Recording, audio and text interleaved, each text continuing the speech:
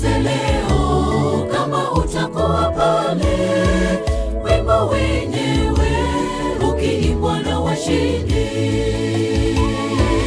ukiongozwa na jemedari wetu aliyeshinda kifo msalabani. Jiulize leo kama utakuwa pale, wimbo wenyewe ukiimbwa na washindi, ukiongozwa na jemedari wetu aliyeshinda kifo msalabani.